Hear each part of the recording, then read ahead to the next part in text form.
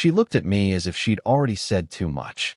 The way her eyes lingered, not daring to move, not daring to stay, made my chest tighten. "Promise you won't tell anyone," she whispered, voice low, half a dare, half a plea. I smiled before I could stop myself. Cross my heart. That was the first moment I realized how dangerous her nearness could be. The room was quiet, the kind of quiet that exaggerates every small sound. The faint tick of the wall clock, the rustle of fabric when she shifted, even my own breath trying too hard not to sound unsteady. She was only a few feet away, but it felt like the space between us was strung tight, humming like a wire pulled too far. She was older, that was obvious. Not just in years, but in the way she carried herself. Graceful, deliberate, as though every movement was chosen, not accidental. Yet tonight, there was a softness to her, something unguarded in her shoulders, something almost fragile in the way she smoothed the edge of her sleeve with her fingertips. I watched her hand for too long. The small, absent gesture seemed louder than words. She noticed, of course she noticed. And instead of pulling away, she let the silence stretch. "Do you ever wonder," she said suddenly, not looking at me, "what would happen if people knew the things we keep to ourselves?" I swallowed, caught off guard. Depends on the thing. Her laugh was quiet, but not light. It carried weight, like she wasn't laughing at the question, but at herself. She finally turned to me, and for a moment, I forgot what air was supposed to feel like in my lungs. The lamp in the corner threw a warm, amber light across her face, softening the lines time had drawn but couldn't erase. She was beautiful in a way that wasn't trying to be, the kind of beauty that unsettled you because it didn't fade when you looked away. I realized I was staring. She realized too, and she didn't stop me.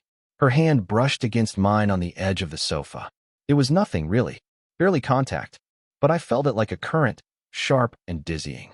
I should have moved, said something to cut the tension, but instead I stilled, as though pulling back would be louder than letting it happen. She shifted slightly closer, as if by accident. She wasn't the kind of woman to move by accident. "You're too quiet," she murmured. "That makes me nervous." I managed a breath of a laugh. "And you're not."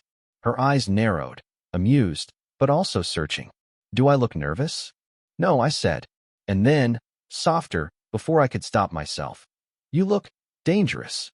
Her lips parted, not in surprise, but in something slower, like I had given voice to the thought she had been daring me to say.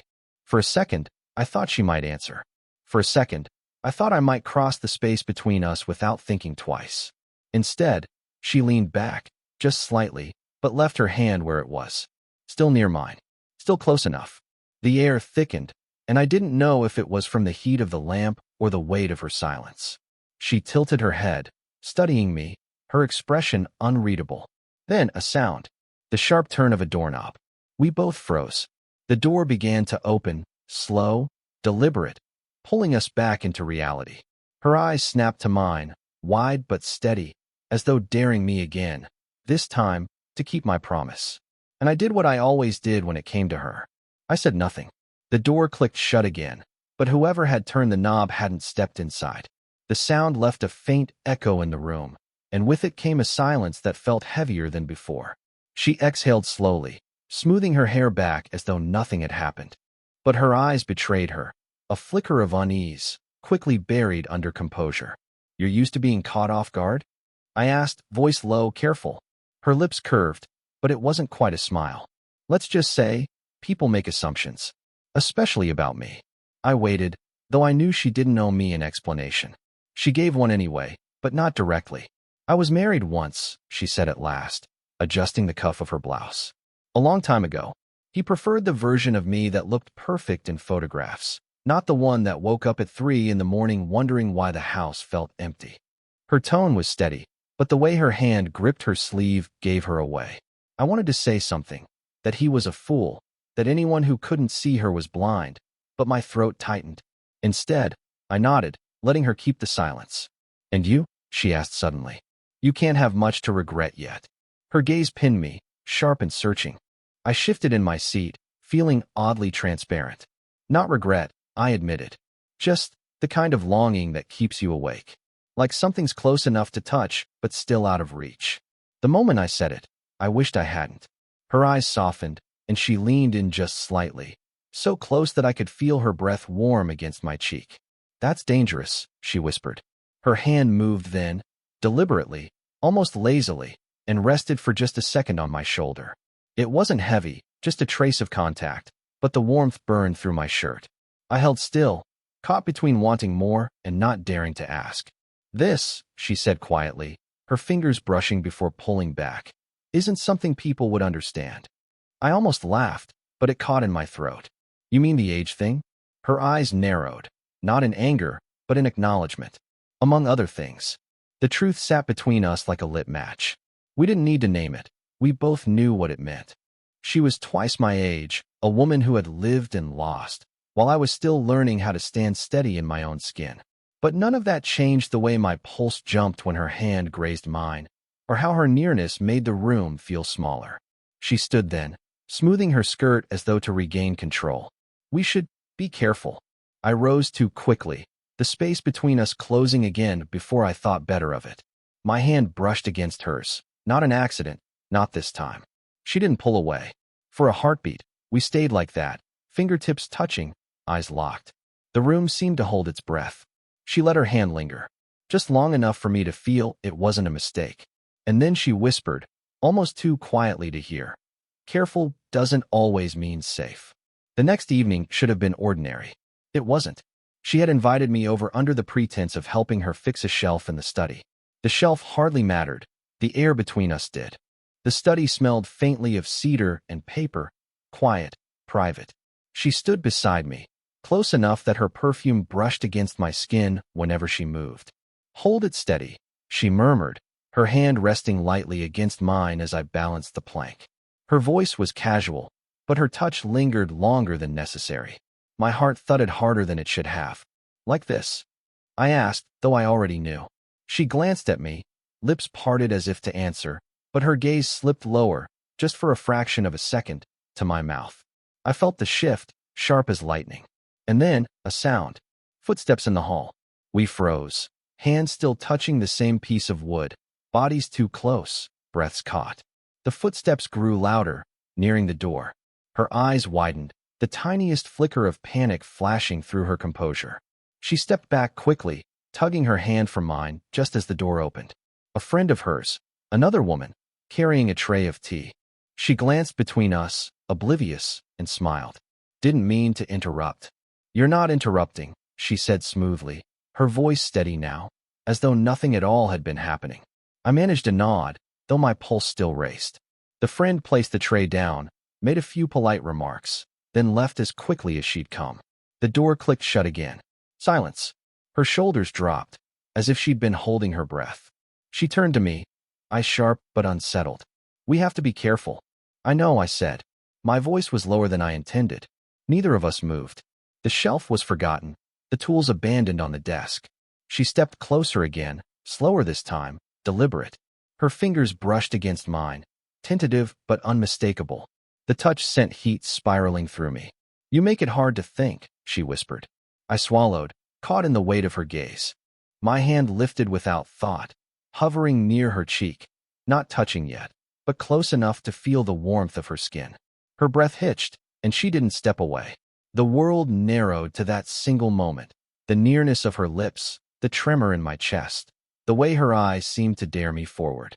But then she turned her head, just slightly. Not rejection, hesitation. "We can't," she said, though the words carried no conviction. I didn't argue. Instead, I let my hand fall, though slowly, my fingertips grazing her arm as they slipped away. The shiver that passed through her didn't escape me. We stood there, the air thick with what almost happened, what still could. And though we didn't kiss, the space between us felt smaller than ever, as though resisting only tied us closer. It happened late, later than it should have. The house was quiet, the kind of quiet that made every sound louder, the ice settling in a glass, the faint hum of the fridge, the rhythm of our breathing. She stood at the window, her silhouette traced by the dim streetlight outside. I should have left hours ago, but neither of us had said the words. "You don't understand," she said softly, arms folded as if to protect herself. "If people knew, if they even guessed." I stepped closer, careful, steady. "I'm not people." Her shoulders tensed, but she didn't move away. "You're too young," she whispered, almost to herself. You'll wake up one day and realize this was a mistake. That I was a mistake. Something in me snapped at that. I moved before I could think, closing the last of the space between us. Don't say that, I said, my voice low, too close to her ear. You're not a mistake. She turned then, sharply, as if my words had struck her. Our faces were inches apart. I could see the faint tremor of her breath, the way her lips parted, but no sound came. For a moment, neither of us moved. Then, she reached up, fingers brushing my hair back from my forehead. The touch was tender, almost motherly, but it lingered too long, shifting into something else entirely. You don't know what you're asking for, she murmured, her hand still tangled in my hair. I do, I said, firmer now. My hand found her arm, sliding down slowly, deliberately, until my fingers closed lightly around her wrist. The pulse beneath her skin raced against my touch. Her breath hitched. The air between us grew unbearably heavy. Her body leaned just slightly into mine, whether intentional or not, I couldn't tell. I felt the warmth of her shoulder against my chest, the subtle weight of her presence pressing closer. I shouldn't want this, she whispered. Then don't say it, I replied. Her laugh was quiet, breathless, edged with despair. You don't make it easy. My hand rose, almost without permission, to her cheek. I brushed a loose strand of hair away, fingers trembling at the softness of her skin. She closed her eyes at the touch, leaning ever so slightly into my palm. Time slowed. The room seemed to dissolve around us. Just her face tilted upward, my lips inches from hers, the sharp rhythm of both our hearts colliding in the silence. Her eyes opened again, meeting mine, raw and unguarded. This can't be undone, she said. I don't want it undone. For a fraction of a second, her lips moved toward mine. Just a fraction. And then, a sound. The shrill buzz of her phone vibrating violently against the table. We both froze. The screen lit up with a name neither of us could ignore. Her breath caught, and she whispered, "Don't say a word." The phone kept buzzing until she finally grabbed it. She turned her back as she answered, voice low, too low for me to hear every word. But I caught enough. No, of course not. Why would you even say that? A pause. I told you, he's just helping me. Her tone was even, but her hand shook as she tucked her hair behind her ear. When she hung up, the silence was sharper than the call. She didn't turn immediately. I could see the tension in her shoulders, the way her body went rigid as though the truth she was holding had suddenly grown too heavy. Finally, she faced me. Her eyes were darker, unreadable. That was my sister, she said quietly. She asked if I was involved. With you. My stomach dropped. And what did you say? Her laugh was hollow, forced. What do you think I said? She stepped closer, almost brushing against me as she moved past to set the phone down. The space was too small. Her arm grazed mine. Her perfume clung in the air between us. She heard something. She went on, softer now, as if admitting it to herself as much as to me. She must have, maybe when she dropped by the other day. I thought she left, but her voice broke off. She pressed her lips together, then looked at me again. We're not careful enough. I should have agreed. I should have stepped back. Instead, I moved closer. My hand brushed hers on the edge of the table, not fully holding, just touching. She's not wrong, I said. Her eyes flicked down to where our hands nearly joined, then back up. Don't, she whispered. But her body betrayed her. She didn't move away. Her breathing quickened. Her shoulders rose and fell too sharply. She was fighting it and losing. You make me feel. She stopped, biting the inside of her lip. Her voice dropped, unsteady. Things I swore I buried a long time ago. I leaned in, not touching yet, but close enough for my words to brush her skin. Then stopped burying them. Her hand trembled against mine. For a moment, I thought she might let it fall into my grip. Instead, she pulled it back, too quickly, like it burned. You don't understand, she said. If this goes any further, I'll lose her. My sister. She won't forgive me. Her confession settled heavy between us, more binding than any promise. I stepped closer anyway. Then maybe I'm worth the risk. She looked at me, torn between fear and something rawer, sharper. And though she didn't answer, she didn't step back this time. Her silence was its own kind of choice. And when I brushed past her, deliberately close, my shoulder against hers, she closed her eyes as if surrendering to what she already knew. This wasn't going to stop. The house was darker than usual. Only a single lamp glowed in the corner, casting long shadows across the room. We hadn't planned to meet, but somehow we had ended up here again, alone, circling the same fire we kept pretending not to touch. She stood at the counter, one hand resting on a half-empty glass of wine. Her back was to me, shoulders stiff, as though she was bracing for words neither of us wanted to say. "This has to end," she murmured, almost too quietly. I stepped closer, slow, deliberate. "Then why can't we stop?" She turned, sharply this time, eyes flashing with something between anger and surrender. "Because you don't know what you're risking." I closed the space, my hand brushing the counter beside hers. The heat of her body radiated between us, close enough that I could feel the tension in her chest rising and falling with each breath. "I don't care," I said, voice low. She laughed once, bitter and soft, shaking her head. "You should." And then I reached for her, not boldly, not with certainty, but gently, my fingertips grazing her wrist. She flinched at the touch, but she didn't pull away. Instead, she looked down at our hands, trembling, as though that small connection had undone her resolve. "I told myself I wouldn't," she whispered, her voice breaking. "Not with you. Not like this." I stepped even closer. My chest brushed hers, and she inhaled sharply, as if the contact stole the air from her lungs. "Then don't say it," I murmured, leaning closer, my lips near her ear. Her eyes fluttered shut. For a moment, the world shrank to nothing but the faint brush of her breath against my cheek, the warmth of her leaning ever so slightly into me. "You're too young," she tried again, but it came out weaker now, almost pleading. "Then let me make the mistake," I answered. Her hand lifted slowly, hesitantly, until her palm rested against my chest. She could have pushed me away. She didn't. Instead, she let her fingers curl slightly, clutching at my shirt as though to anchor herself. The air thickened. Every second stretched longer than it should. Our lips hovered close, too close, each heartbeat daring the next. And then she broke, not in words, but in the way her body finally leaned into mine, surrendering the last of her restraint. Her forehead touched mine, her breath shaky and warm. "God help me," she whispered. I closed my eyes, the weight of her confession pressing against me. My hands rose to her face, cradling her gently, trembling with the intensity of holding what I shouldn't. And though we still hadn't kissed, the truth was clear now, undeniable, irreversible. We understood each other. We had crossed the line, even without crossing it fully. The night stretched quiet around us, the kind of silence that felt less like absence and more like protection. She sat on the sofa now, shoulders relaxed, but eyes still searching, still cautious. I stayed standing for a moment longer, watching her, weighing all the words we hadn't said. Finally, I sat beside her. Not too close, not yet. Just enough to feel the gravity pulling me toward her. "I can't pretend anymore," I said softly. Her head tilted, her lips pressing into a line. "You think it's that simple?" "No," I admitted. "But I think it's real." That made her pause. She looked down at her hands in her lap, fingers fidgeting with the edge of her sleeve. Vulnerability crept across her face, subtle but unmistakable. "I've spent years telling myself that Rayal doesn't matter," she whispered. "That stability matters more. That appearances matter more. But then you—" She stopped, shaking her head with a quiet laugh. "You make me feel seen again, and that terrifies me."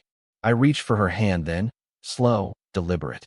When my fingers brushed hers, she hesitated, but only for a breath. Then she let me take it, our hands fitting together like a promise. Her thumb moved across my knuckles, tentative but tender. "I don't want to ruin your life," she said, her voice breaking on the edges. "You're not ruining anything," I told her. "You're giving me something I didn't even know I was missing." Her eyes glistened as she looked at me, searching for doubt. When she didn't find it, her shoulders softened, the wall around her cracking just enough.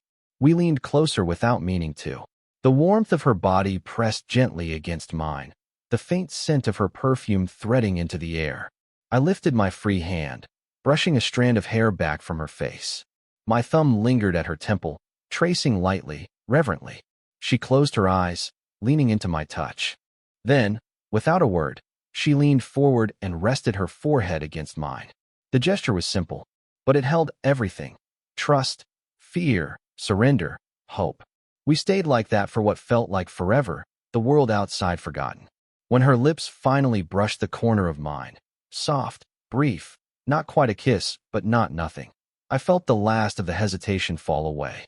She exhaled shakily, her hand squeezing mine tighter. "So this is us," she whispered. "This is us," I echoed. "We didn't need more than that." Not yet. The warmth of her body against mine, our hands intertwined, the steady rhythm of her breathing, it was enough. It was real. And for the first time, neither of us pulled back.